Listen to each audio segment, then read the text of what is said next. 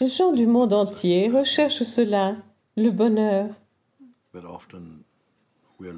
Mais souvent, on essaye de le trouver dans ce que l'on fait, dans les rencontres, dans le couple, dans la recherche d'un travail satisfaisant. On pense que c'est cela qui nous apportera le bonheur.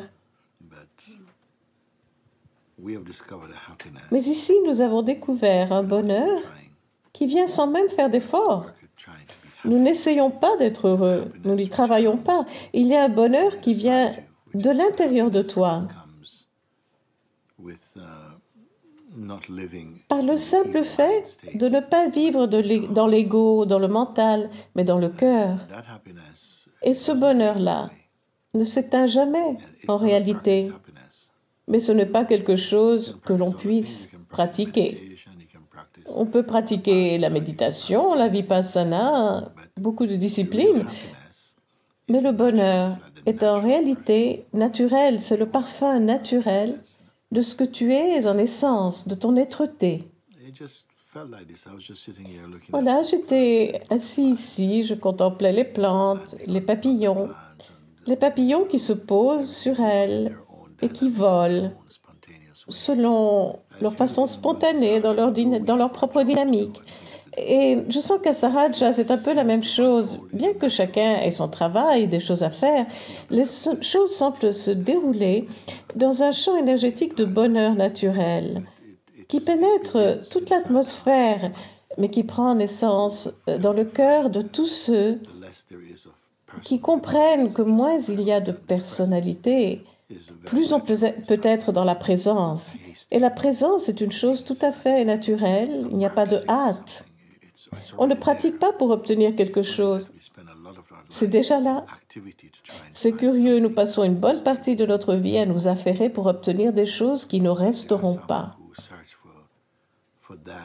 Mais certains êtres cherchent ce qui n'a pas besoin d'être créé ou amélioré, mais seulement découvert, pour ensuite y consacrer leur attention. Si on aime quelque chose, ce n'est pas une pratique que de s'en occuper, on a spontanément envie de le faire. Et le bonheur découle tout simplement, en toute fluidité, du fait de savoir qui l'on est et d'être cela. Je voudrais simplement rappeler aux gens que c'est naturel et possible d'être véritablement heureux, sans que cela doive être une performance ou une lutte d'y parvenir. Lutter pour être heureux, faire de gros efforts pour l'être, est plutôt triste à mon avis, parce que l'on passe à côté du fait que le bonheur nous est en fait naturel. C'est seulement notre processus mental et le crédit que nous lui accordons en vivant de façon trop personnelle qui vient cacher notre bonheur spontané. Voilà. Voilà, maintenant je regarde les abeilles et les papillons.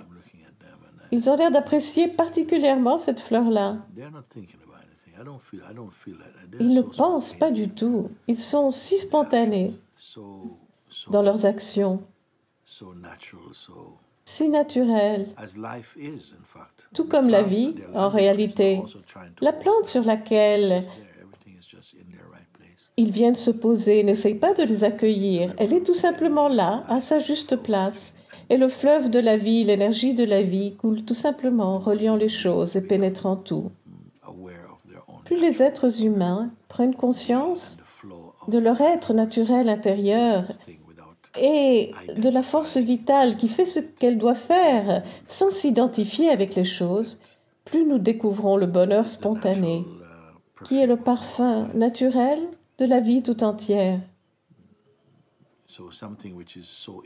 Mais maintenant, ce qui nous appartient de façon si naturelle est devenu une sorte d'idéal, un but à atteindre. Mais pour atteindre ce but, il n'est pas nécessaire de voyager. Il faut simplement voir à travers le non-réel. Quand le non-réel, qui est toujours instable, est vu pour ce qu'il est, à partir d'un lieu où l'on ne s'identifie pas avec lui, il n'y a plus à chercher la réalité parce que c'est en sa présence que l'on regarde désormais. Voilà, c'est ce que je voulais partager.